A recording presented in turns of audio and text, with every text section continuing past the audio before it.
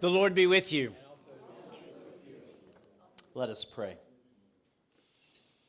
O God, be for us our companion on the walk, our guide at the crossroads, our breath in our weariness, our protection in danger, our refuge on the way, our shade in the heat, our light in the darkness, our consolation in our discouragements and our strength in our intentions, so that with your guidance we may arrive safe and sound at the end of the road, enriched with grace and virtue, returning safely to our homes filled with joy.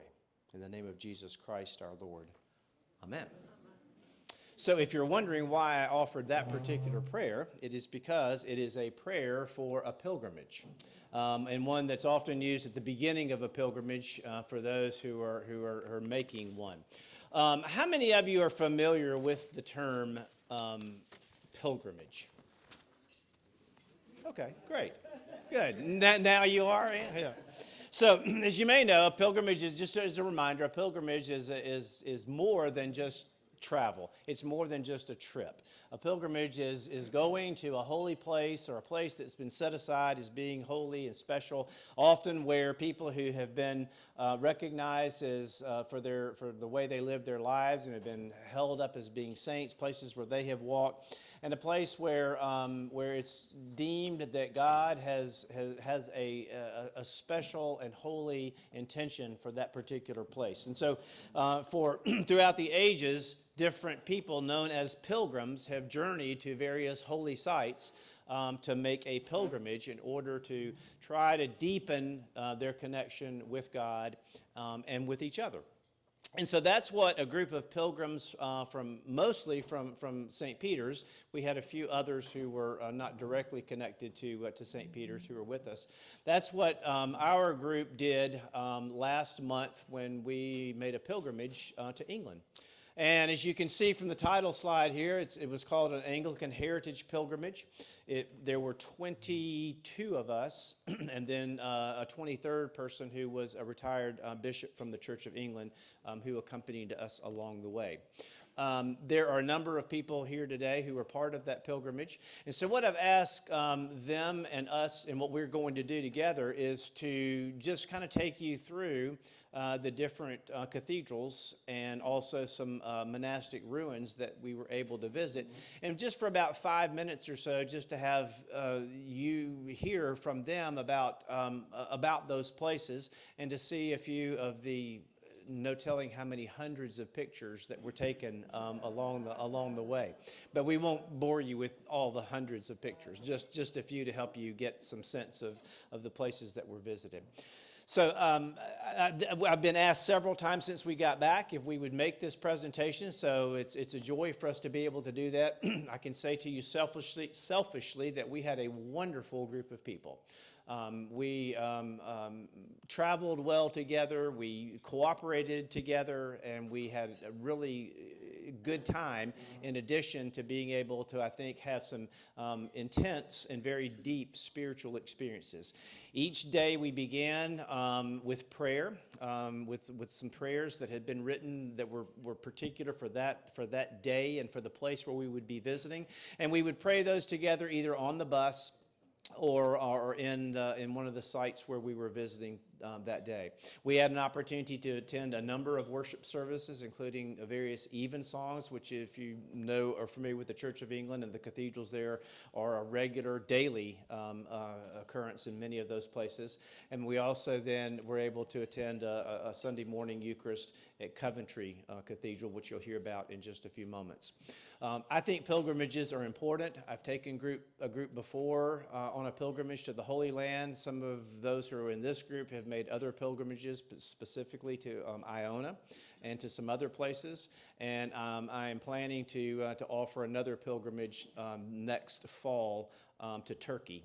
And I'm looking, as soon as I get some more details from the person that I'm trying to get in contact with, and I'll let everyone know about that if you would be interested in it at all. So we're going to begin. This goes in chronological order from where we started at Canterbury and to where we ended at York Minster in York.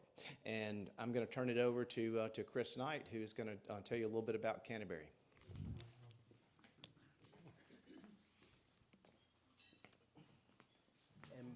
I moving slides or are you? Okay. Up, down's forward.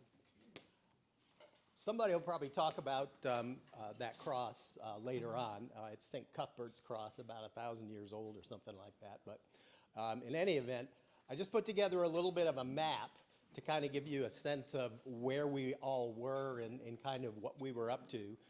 Canterbury was the start, and as you can see, we kind of went north.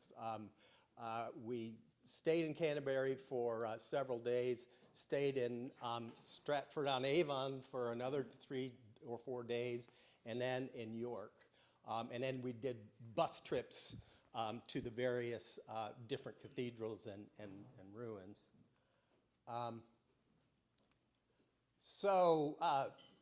Our first day there, we get there in the evening. We check in to what is now a small hotel within the precinct of the Canterbury Cathedral. You can see the Canterbury Cathedral right in the background. It is exactly right across the lawn.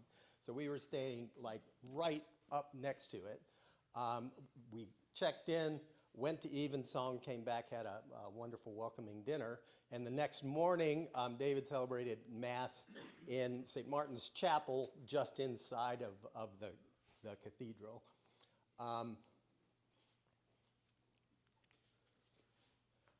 This is my favorite picture of the cathedral. We were so close, it was hard to get like the whole thing. And we were coming back from dinner one night, and the lights were on, and as we walk into the precinct, this is the best place to get a full picture. It also, you can see there's an awful lot of construction going on in the main entrance and so forth, so it was kind of hard to see. But I think this gives you sort of a sense of the majesty of the place. So the history starts like in 597. The Anglo-Saxons had come and kind of messed up Christianity, and Pope Gregory sends Augustine up to kind of win Christianity back. And it wasn't as tough as he thought it was going to be. He made friends with Ethelbert, the king of Kent, and his Christian wife Bertha, and got him converted, and ultimately the king gave him the okay to build or to found Canterbury Cathedral on this site, and so that's the start of it as a church and as a monastery. The church that you see right here is obviously not the original, right? What was probably the largest part of the cathedral was destroyed in about 1070 by fire. It was all wood at that point, so a lot of it burned down. And then after 1170, the building took place that ultimately resulted in this part of the cathedral. 1170 is also an important time because that's when Thomas Becket was murdered. He was the Archbishop of Canterbury at the time. This is within the cathedral, the site where he was murdered, got the swords and everything. So the story about Becket, which I didn't really know much about except he had a hard time with Henry II. Henry II was trying to make one legal system, and there were two. There was basically the benefit of clergy, which was the church system, and then the system that he wanted. So they, Becket, who actually was his lawyer initially at one point, they were good friends at that point. When he became Archbishop of Canterbury, things didn't go so well, and they fought a lot about states' rights and church rights, and that's ultimately what caused Henry to say, or supposedly say, can no one rid me of this troublesome priest? We heard in various places around that never happened, but the knights figured out, or he had 4 knights that got the message and went and murdered him in his cathedral. So I'm going to jump over this. So here you can kind of see what they believe to be the shrine, the original, or the major shrine to Becket. What happened with Becket is after about the first 10 years of his death, there were all kinds of miracles, healing miracles that were taking place in the cathedral, like over 700 of them recorded. And so this started to become really a great pilgrimage site. They started with a normal tomb. The Vikings were doing a lot of raiding at that time, so they wanted to hide his bones so they wouldn't get stolen. Relics were one of the things they stole. They put him in the floor of the East Chapel for a period of time, and you could kind of look in there and touch the shrine. But 50 years after his death, the Jubilee year, the bones were moved out of the East Chapel into Trinity Chapel, and over this period of time, they started building not only the shrine but the cathedral. And the way they were able to do that is the thousands and thousands of pilgrims that were coming here, worshiping, praying, asking for healing, and leaving their money behind. And that's basically, Thomas Becket basically funded the entire construction of the original cathedral. So after 400 years or so, right, 1538, we know that date because that's when Henry VIII decided to do the Reformation and destroyed basically the major part of almost all of these cathedrals. All of the cathedrals at one point were monasteries, and so they wanted to get the monasteries out of there, and then they destroyed these kinds of things, which were gold and silver and all kinds of precious stones. And the story goes, our docent said anyway, that they removed all of that stuff in about 26 carts, and they all went to Henry VIII. So this is where it is now, because it's absolutely gone. This is Trinity Chapel on the left, and you can kind of see the grooves of where people would kneel around the presence of that shrine. And our docent, who gave us at least this group about a 2.5-hour tour, had us come in there and see what it's like to kneel on somebody else's kneel hole, I guess. But quite amazing. But you can see they commemorate Becket with a lighted candle in the space. Oops, sorry. It's kind of tough to get pictures of the whole cathedral inside, too. It's really busy, lots of things going on. This is what they call the choir screen. Behind that is the choir and the main altar. And in through that is where we went to evensong. And down the left-hand side is from the choir screen down to the nave. Really an amazing structure. We learned a lot about architecture and Roman arches and Gothic arches and all of that, and how you can date what was being built by the type of archers that were there. And then one other thing that I thought was kind of interesting is the Black Prince, which he was Prince Edward, and you can see he only lived for 46 years. He was out fighting most of the time, hence the armor, but until he got some sort of a wasting disease. They didn't know exactly what it was at the time, but it took him 2 or 3 years to die. And as he was dying, he was getting very engaged in making sure he knew what his tomb was going to look like. And that's the origin of this, and that armor and everything reflects probably the best example of what armor looked like in the medieval time. The mail and the armor and so forth. It's all brass and amazing artwork. So anyway, that's a quick look at Canterbury.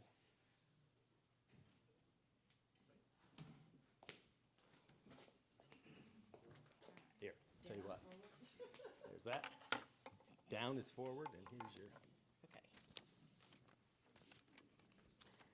Okay, so this is St. Albans when you come up to it, and then this is the main sanctuary. St. Albans is lucky because they have 2 saints instead of just one. Canterbury only has 1, but St. Albans has 2. Let's see, what else do I have here? So again, coming up to it. Whoa, what did I do?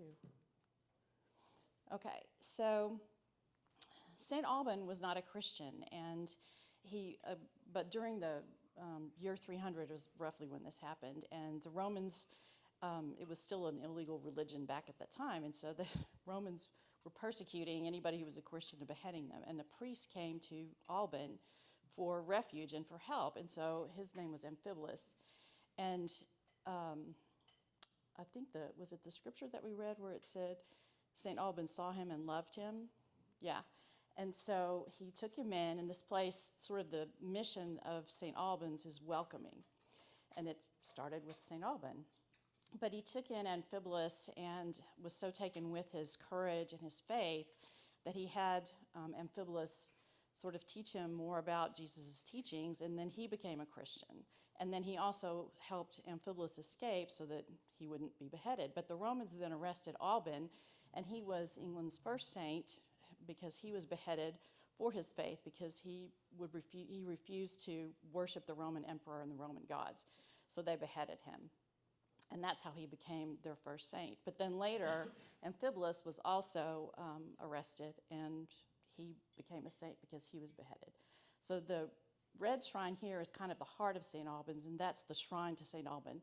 It's not original either, because one thing that was really interesting was all the destruction of the churches that we saw during Henry VIII. And so they found pieces of what had been the shrine, and they put together, I think the base of this one was reconstructed from the pieces, and I think the one to Amphibolus was also. But this is also a picture of Alban and Amphibolus when they're exchanging teachings about Christianity that's hanging in the shrine to Amphibolus, which is what you see here. Now, this mission of being welcoming has led over the years for them to, the reason this church was saved, it was a Benedictine monastery was attached to it, so it was a place of learning, but also the townspeople bought it from Edward VI, and this was the piece that they bought, the Lady Chapel, which is one wing of the cathedral, and because of all of that, they made it their parish, and it survived most of the destruction, so they still have some ancient paintings and ancient windows still in this church, but they also, this became the place where everybody would gather. So it was a place of love and welcoming and community, and to this day, in this particular space at the cathedral, they hold weddings and funerals and graduations and festivals and you name it, the community comes and gathers here. So it's one place and all are welcome. So they've continued over, 1,700 years of people coming here for pilgrimage for this to be the mission of the church. This is the main altar in the nave, and you can see, because it was maintained over a long period of time in the architecture, you can see all the different architectures that we used to construct this, because the arches on the right-hand side are Gothic, and the arches on the left-hand side are Romanesque. So they had Normans and Gothics and modern and all kinds of different architectures were in this one space all the way around it. So it was really interesting walking through there about how transformational this was. This was interesting because these paintings, the one on the left is on one of the columns in the main nave, and it is a painting, an ancient painting of Becket, but obviously it's faded over the years, and I think they tried to destroy it. What you can see here is how they use technology, and they've got a projector over it showing you what it would have looked like if it had been saved. And that was unique to this cathedral too, to be able to see that, so that was cool. And that's it. Lisa. Thank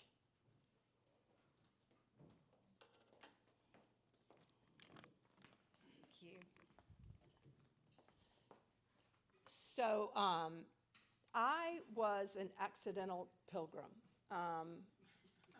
I have traveled and traveled a lot, and David and I really did not compare notes before we kind of leading off with the same thing, but I didn't really consider myself to be a pilgrim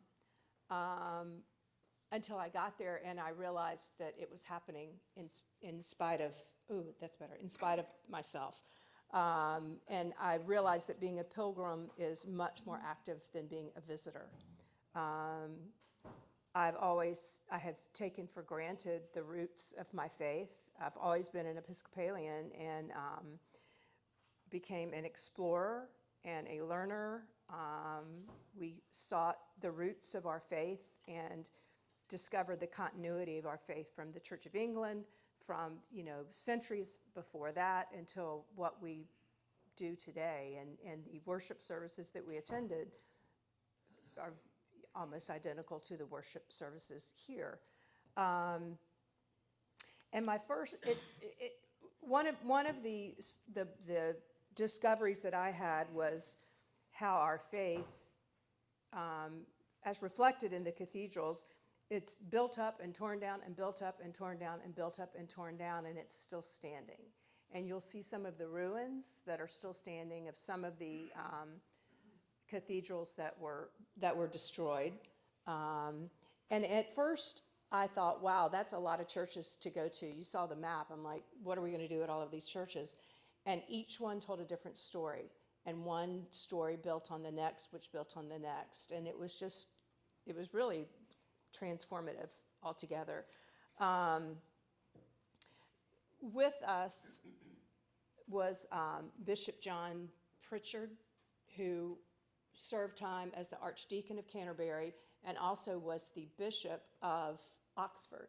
So he was absolutely delightful to travel with, and he loved being in Oxford because it was his territory, his domain. Okay, so the pictures that I have are not of the cathedral in Oxford, but of the Divinity School. Because Oxford, as you know, is steeped in academia. It was the first, or it was established as an academic center, built in Oxford because Oxford happened to have a shallow spot in the river where people could cross their ox. It was a ford for their oxen, hence the name. And now it really is the North Star, I think, of academia. I'm sure people in Cambridge would probably argue about that. But, I walked around with a sense of awe the entire time. How did they build that? How did they construct these things? This was built, I think, in 1100. And it's the Divinity School at Oxford. And it's also the scene of Harry Potter was filmed. A lot of the Harry Potter films were filmed in this very room. And in this room, I went and looked it up afterwards. It's where McGonagall teaches the students how to dance. So if you want to go on YouTube and look that up, it's very interesting to see all of that. But, everything about Oxford was just iconic. I mean, look at the lines and the way the sun comes in through the window and how they even built any of this was just a mystery to me. It was especially with such precision. And another discovery that I had on this pilgrimage was how we started normalizing things that were built in the 7th century as though, of course it was built in 697, as though that were normal. And then how what they described as modernization was something that happened in the 14th century or the 15th century. And we started accepting these numbers like that's typical for us. It was just really strange, the age, how the aging of things is so different from what we are used to and accustomed to. One more picture. Whoops. So, sorry. Let me go back. Let me go forward. Let me go back. Okay. This is the square around the cathedral. And I just put this in there so you could see a little glimpse of Bishop John, and he was so proud of it, and to tell us all about how this was built. And the cathedral was actually, the front part of it was chopped off to when they built this square around it. But one thing that I did want to share with you, and it might be that this is more meaningful after the rest of this presentation, but on our last night, we had dinner, and Bishop John just sort of offered this up to us, and he said, "What did God give me at each place?" And it was the grandeur of Canterbury, the trying hardness of Rochester, the happy busyness of St. Albans, the understatement of Oxford, the impact of Coventry, the iconic shape of Whitby, the stillness of Ribot, the dominance of Durham, the simplicity of Escombe, the glory of York. We came to God not by navigation, but by love. I just thought that was beautiful. So, Looks familiar.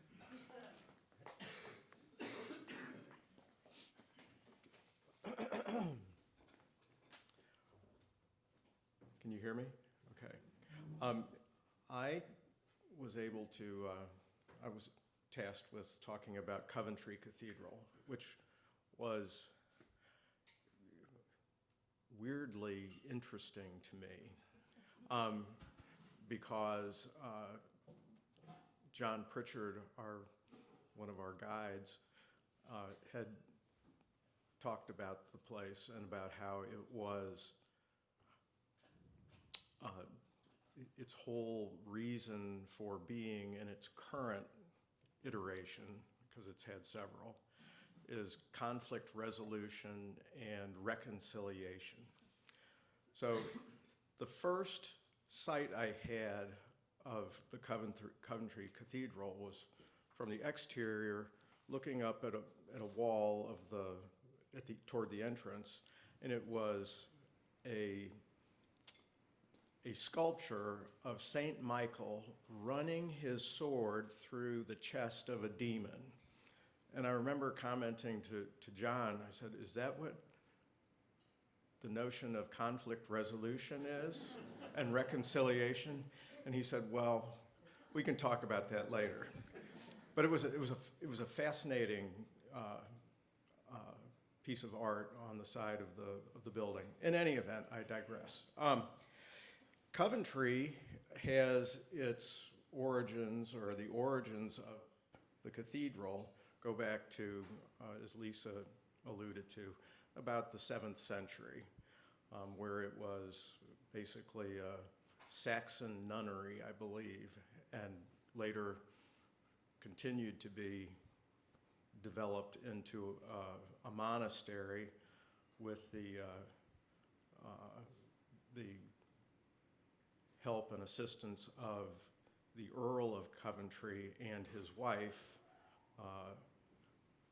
Lady Godiva, who was apparently a very devout woman and was heavily involved in trying to see that God was properly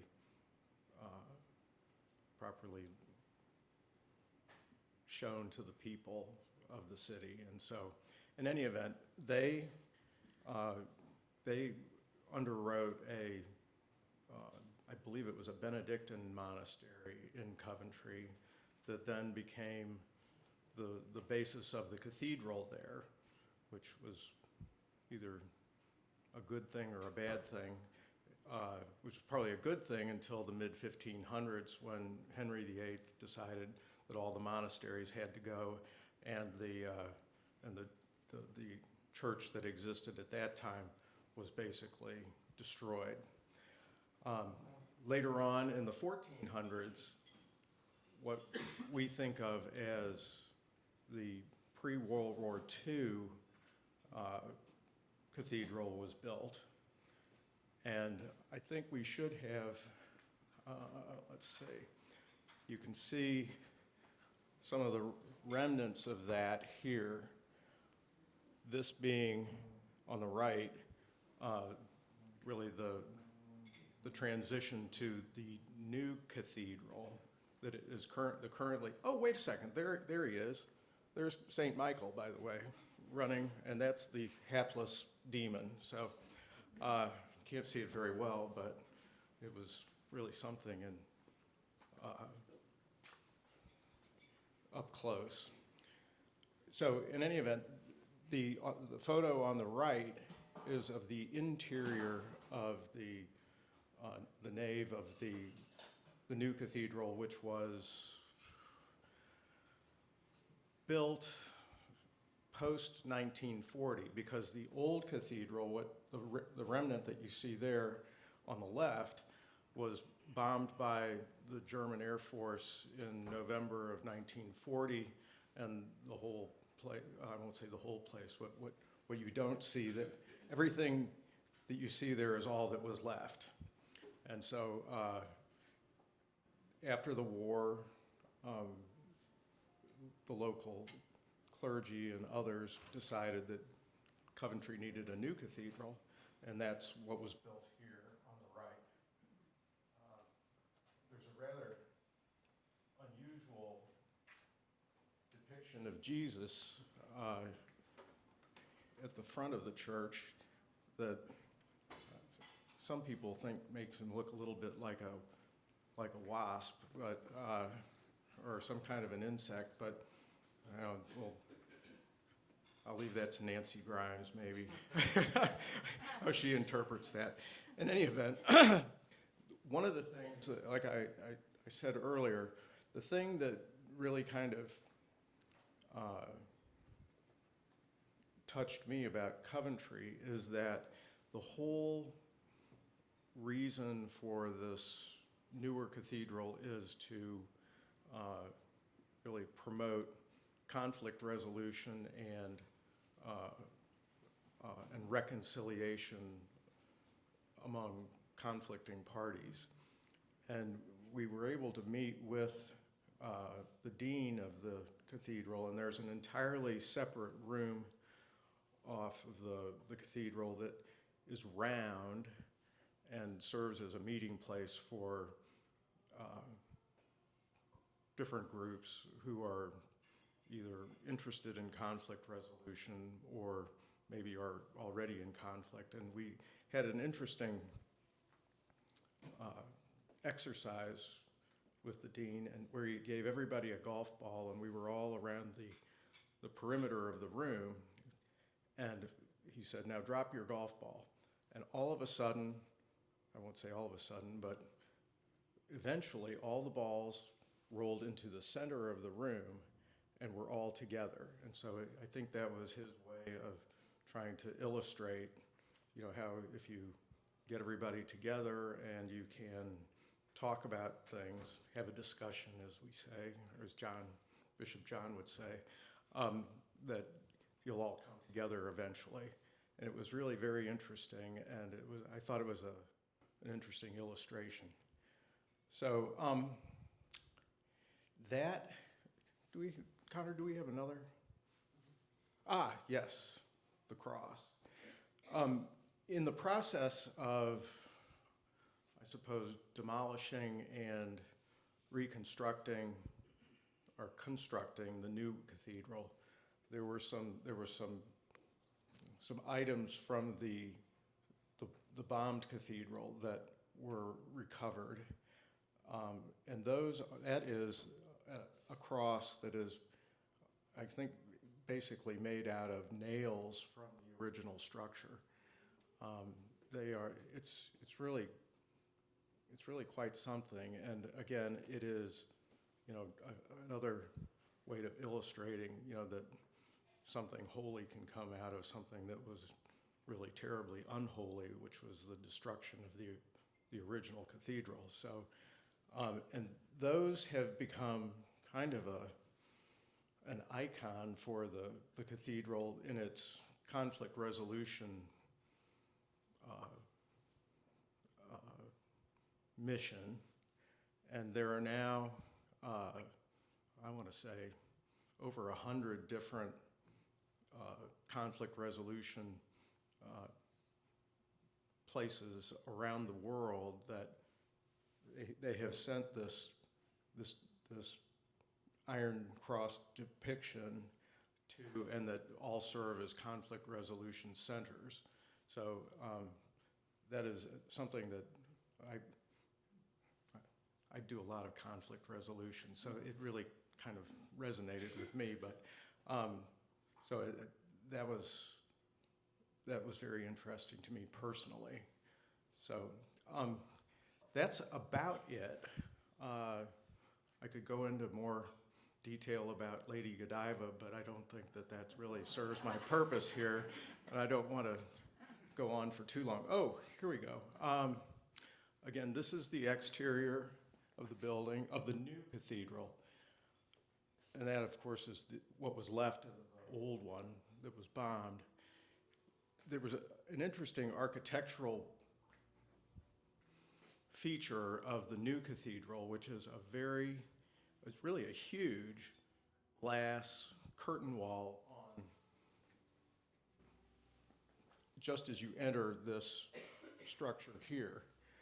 And that was designed probably back in the 60s before insulated glass was sort of de rigueur in this part of the world. But in any event, it is not airtight, and it creates a very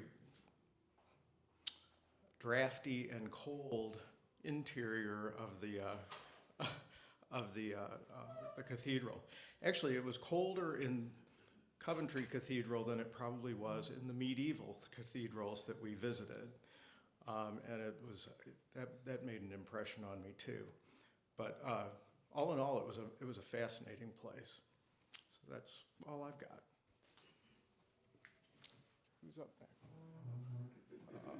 Andy and Ann. Okay.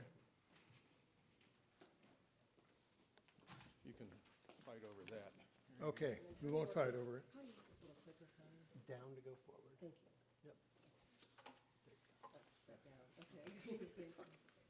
So yes, I will go first. This really was a trip of a lifetime for me, and I can't wait for Turkey. It'll be awesome. I hope we get a chance to go, and you all should think about it if you can. Whitby and Ravoux were totally unlike any other place that we went to, because unlike all the other cathedrals and monasteries that we went to and small churches, Whitby and Ravoux were totally in ruins. They had been built in the 600s to 1100s, and then at the time of the Reformation, King Henry VIII had sent his commissioners out to destroy them, destroy monasteries, and to dispatch all the monks and to have them just go elsewhere and to no longer preserve those missions. And if you'll advance to the next slide, if it will show one of them, I just want to. I think the next one is sheep. Oh, okay. Well, that's good. We'll do, okay. Well, that's part of, okay, do you want me to keep? Well, the first thing I want to say, though, is that driving to Whitby, and which was the first stop, Whitby is a coastal town in northeast England, a beautiful harbor and port, the same harbor that Captain James Cook left from in his trips to the South Seas. And it's just, we actually stopped there for a fish and chips, traditional fish and chips lunch that day after going to Whitby. But it's just unlike going anywhere else. With traveling through all the moors and through the underbrush and hills and valleys, it just was really a unique experience. Yeah, like that. Yeah, I tried over this whole trip to stare out the bus window and take a picture of these sheep, because the drive, we were very far north at this point, so we were staying in York at the time that we went to Whitby and Ravoux. And Whitby, the first monastery, ruined monastery that we saw, was on the northeast coast. It was about an hour drive from York. And we drove through some moors, which you think about a Bronte novel, and just moody, stormy, rolling hills, godforsaken land. So there was some of that. And then we also learned that so many of the landowners became sheep farmers, and wool was still is a very prosperous trade. So this took a lot of effort to get this from the bus window and tried a lot, but finally got some sheep. So once we got to Whitby, you can see that it's very dramatically seated on a cliff overlooking the coast. We're told also that this was inspiration for Bram Stoker's Dracula and some of the scenes, very moody and dramatic. But this monastery was started in the 600s as a Christian abbey under Saint Hild or Hilda. She was Celtic and had a name that I can't pronounce before it was Whitby. Then later in the 1100s, it became Whitby Abbey. One thing notable about the original setting under Hilda was that it was both men and women. So there was one of the first and only co-ed abbeys. Then later it was Benedictine in the 1100s. We also saw the parish church up on that same cliff, and I had to narrow down the picture, so I didn't include any in this presentation. But as Andy mentioned, there's the little harbor town where we had fish and chips below the cliffs.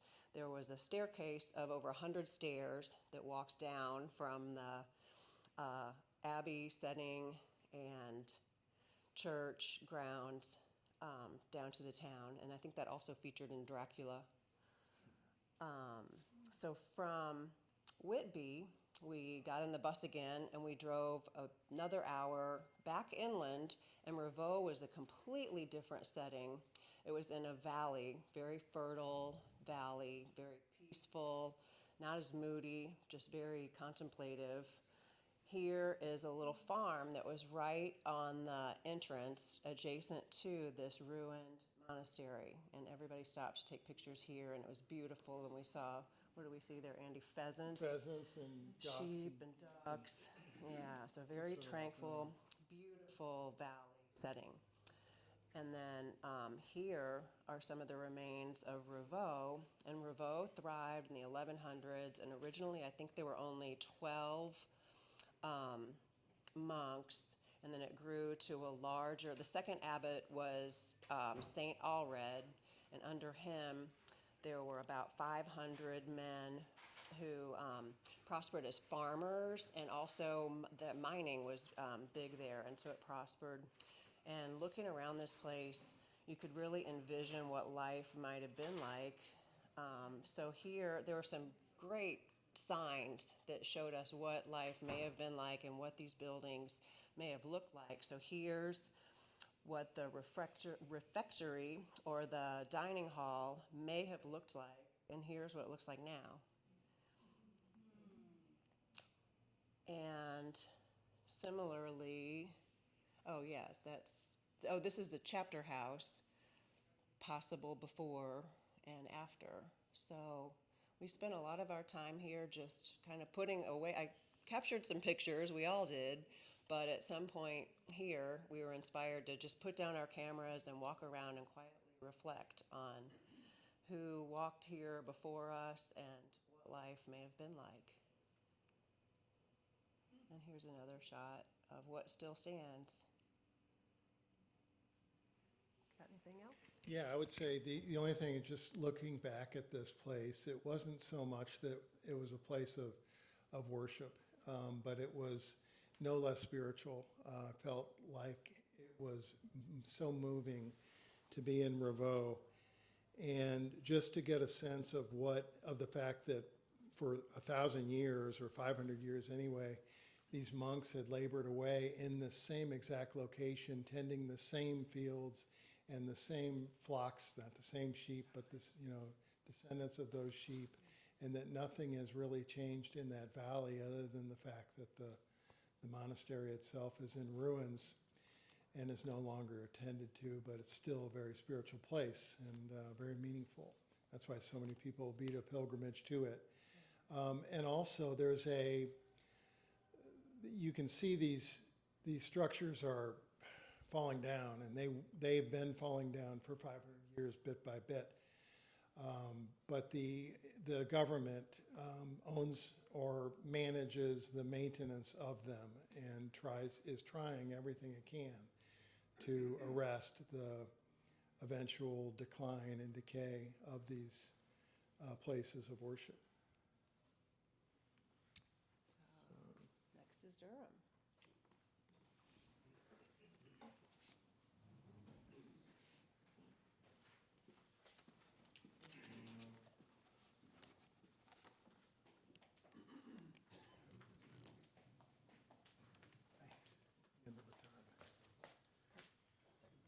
One, two, thanks. Excuse me, Andy, and thanks for your invitation to go to Turkey. We accept. We will. Sounds like a great trip.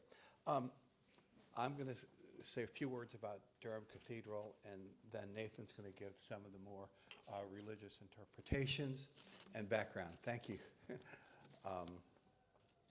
Durham Cathedral, first of all, the towns of England with the big cathedrals, everybody knows Cambridge and everybody knows Oxford, but there are three, and the third one is Durham. And it's very, very popular with people over there. They also had part of Harry Potter filmed there, and it's also a college town. Another feature, and I don't remember, somebody can help me with this, one of the churches we visited had a burial ground, but the burial ground would only allow bodies to be buried for 10 years. I hope I'm not taking anybody's thunder here. So after 10 years, they would dig up the bones and burn them, hence the name bonfire. That was one of the many little trivia facts.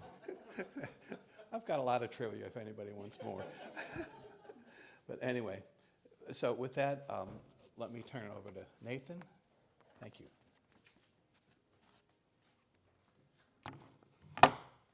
Well, maybe Tim, you could talk about that because I think that was your. Yeah. We're all related to.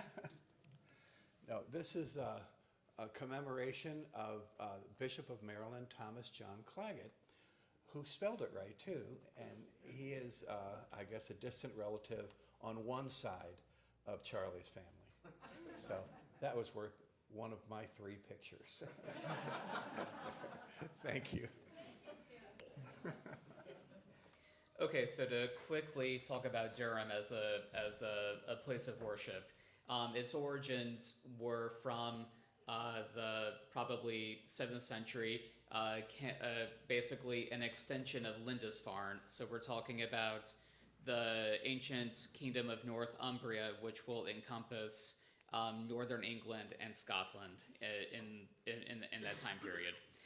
So its roots of Durham are actually really old, but as many cathedrals you'll see in England, the building that you see now won't really have been made until maybe the 11th century or later, after the Norman conquest. And then you'll also see, as has been mentioned already, a lot of cathedrals experienced issues. If they were previously monasteries, then the dissolution of the monasteries by Henry VIII meant that a lot of them were destructed, or Vikings would ransack places. And so Durham is one of those experienced a lot of that. So these are some pictures that I took, and there are a few things I'll point out, and a couple of shrines that also feature some of the history of Durham that I'll be able to talk about. This is something that I actually mentioned a couple months ago in a sermon that I had preached about, which I had not seen in person before until this trip in October. This is a lectern that normally lecterns will have something like an eagle symbolizing the Gospel of John, but this is a pelican. Pelicans had a medieval symbolism of being a Christ-like figure, because you see the pelican here. The legend is that they would feed their young by basically biting their own breast, and the young would feed off of the nourishment of the blood and the flesh of the mother pelican. So that is actually a fairly recent artifact that the cathedral has, but still very interesting and unique. You don't find that in many other places. This is a picture of the main part of the nave with the rose window that you'll see there. Sorry. go back a little bit. This is an interesting feature. So Durham used to be a monastery until the dissolution of the monasteries by Henry VIII. And at that point, it transitions to just being a cathedral instead. But that line that you see there, that black line, symbolizes a mark where, because it was a monastery, women could not pass that line. So because they had to be kept, the men had to stay behind, kept cloister, couldn't interact with women. Women could come through up to a certain point, but at that point, they had to stop. This is a feature that I really liked. This is the top of a baptismal font, and that is a wood carving of a dove coming down on the roof of that font. Another picture of the rose window that you find, which is also a feature of a lot of other cathedrals, but I thought that one was particularly nice. This is going to be a shrine to a person named Bede, known as the Venerable Bede. Bede he was a monk and a scholar, and we owe a lot to him in terms of our understanding of medieval English history, the way that we calculate the finding of Easter, the dating of it. He wrote commentaries on the scriptures, incredibly important, and just one of my own personal heroes. And so it was really amazing to be at his shrine where his bones are, and to be able to be there in that site. And so he is not necessarily native to Durham, but his relics were moved at one point to Durham Cathedral, where they now stay. It was a little hard to get a picture of it because it was really dark, but this is going to be the shrine to the most principal figure for Durham, St. Cuthbert. Cuthbert was inspired to become a monk after seeing the spirit of another monk from Lindisfarne ascending up to heaven in his passing, named Aidan. And so Cuthbert becomes a monk, eventually becomes a bishop and administrator, and just, even while alive, was well known for miracles and performing a lot of good works, and traveling a lot to minister to people in the Northumbrian area. And this is the pectoral cross that he wore as a bishop, which he had been buried with, but then was, at one point, he was exhumed, and a lot of artifacts he was buried with were, brought up so that they could be stored safely. And so this is in a part of the cathedral that is not easily accessible, but features a lot of the medieval artifacts of the actual cathedral and of St. Cuthbert himself. So amazing to see that it's in good condition and also very precious as well. Okay, and that is it for York. Or that is it for Durham. You know what I mean. All right, we are running out of time, so I'm going to kind of just go through these very briefly. York was the last stop on our pilgrimage, and the dean of this cathedral is Dean Dominic Barrington. It was someone that I've known for a number of years. He was the former dean of the St. James Cathedral in Chicago, and for Dominic is, in addition to his role as dean, has also been involved for a long time in helping clergy to organize and plan pilgrimages. So what we were able to see, and a lot of what you've heard about some of the different interactions we had in the various places we visited, was because of his connections in the Church of England. He is British, by the way. And also the privilege we had of being able to travel with Bishop John Pritchard was because of Dominic as well. So it was very nice to be able to have those types of connections. Again, this is where we ended up. This has been a center of worship in northern England since 672, I think, or 672. And then the first Archbishop of York was appointed by the Pope in the year 732. And so for 1400 plus years, this has been a place where people have prayed and gathered for worship as they continue to do today. It is a very vital worship center in that part of England. The Archbishop of York and along with the Archbishop of Canterbury, are the two leaders of the Church of England. And so this is not only his seat, the bishop's seat, but it serves again as the cathedral for the Diocese of York, of which there are, I think, 500 and something churches. So when you're there, you just have a much deeper sense of what it's like to be in a place where there is a state church. Because that is, Bishop John was telling me at one point that he had over 600 clergy in his diocese when he was a bishop, and many of whom he did not even know by name. So it's just a very different place. This is referred to as being York Minster. Minster is an Anglo-Saxon term that was used to denote really any place where a number of clergy would gather for prayer or for worship. The official name of York Minster is the Cathedral and Metropolitical Church of St. Peter in York. So I think you can see why York Minster is a much easier term to use.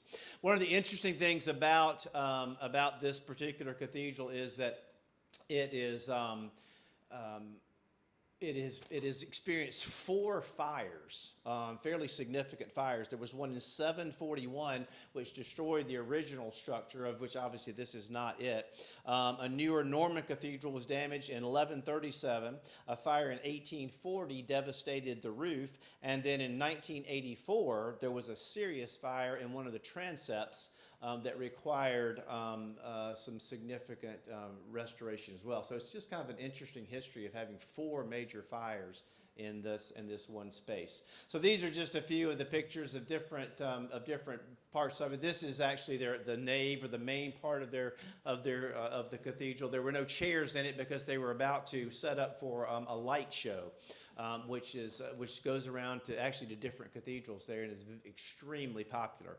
As you may know, one of the historical aspects of cathedrals is that they were typically places for community gatherings, and as is this cathedral, they were the center of town, and were meant to bring people in not only for worship but to gather. And to be together. And so that's what they're trying to revive. In fact, we were told that the cathedrals are now the liveliest centers of worship in the Church of England, and are producing the most excitement and vitality. I don't have time for any questions, but I'm going to let any of those who have made presentations are free if some of you want to ask questions. Chris, can I get you just to monitor that for a few minutes? And you're welcome. Thank you all for your participation in this today. And if you again, if you do have any interest in the pilgrimage, which will take place at some point next fall to Turkey, if you'll just reach out to me, I'm compiling a list, and I'll make sure that you get some information about it.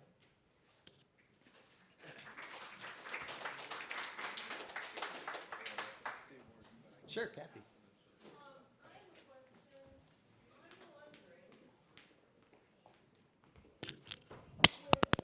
Were any of the churches built on Roman ruins or by Roman ruins? So were any of the churches built on Roman ruins? The Bede actually wrote that Canterbury was built. The first church at Canterbury was built over a Roman church. But yeah, the Romans were active here for a long period of time. York was built right on the Roman road. Oh, that's right. Yeah. St. Albans as well, York and St. Albans. So, yeah. So the Romans were there, from about 200 to about 500.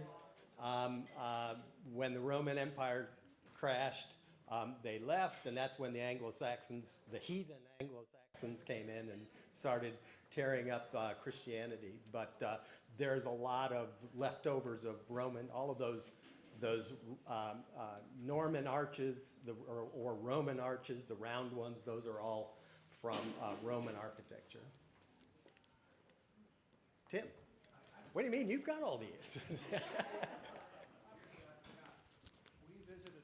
We visited a small country church that had all of its stained glass windows done by Marc Chagall. And the church was founded by a prominent Jewish man in the area who had married a Christian, and so he had the church built, dedicated to her, had a daughter who had drowned. Goldschmidt. And then Marc Chagall, they hired him to do, I think, one window, and he ended up doing the entire church. So wherever it is, I forgot, but Tudely. I encourage you, if you're on your travels, to include that. It's a very special place. We also visited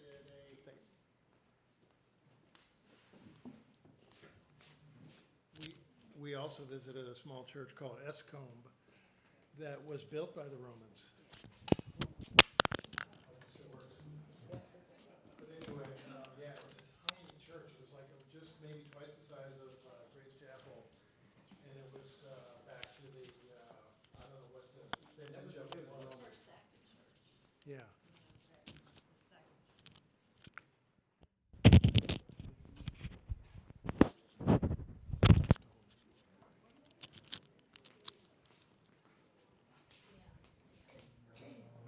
I just wanted to make a comment on this trip Nancy and I attended and why you might want to do Turkey when it comes up. This bishop they introduced us to was one of the top people in the area, in the whole country. And for 10 days, we were treated like royalty. It was amazing. Every place we went to, we got the top line of the people dealing with us. And it was notable.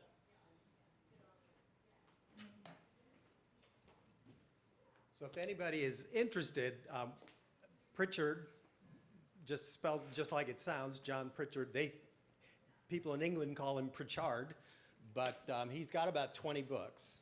And I asked him what his favorite was, and he said, well, your favorite is always the most recent one, but he published a book called The 20 Questions That Jesus Asked. And I thought it was notable because Nathan preached on one of those questions a couple of weeks ago. You can get it on Amazon. It's a really interesting book, the way he handles that, but it is also, he writes it in such a conversational style. It is just like having our Bishop John with us again. He's just a fantastic human. He was really, really something. So if anybody's interested. If anyone's interested in the construction of these churches, a good book to read would be Ken Follett's Pillars of the Earth. And it explains how they do this construction. It's very fascinating, especially with all of the materials and machinery that we have now. They had none of it. And most of the roofs were wood. That's why they had so many fires. Until about the 12th or 13th century, then they started to close them in with stone. And I thought it was very interesting, though. Thanks, Chris. Any else?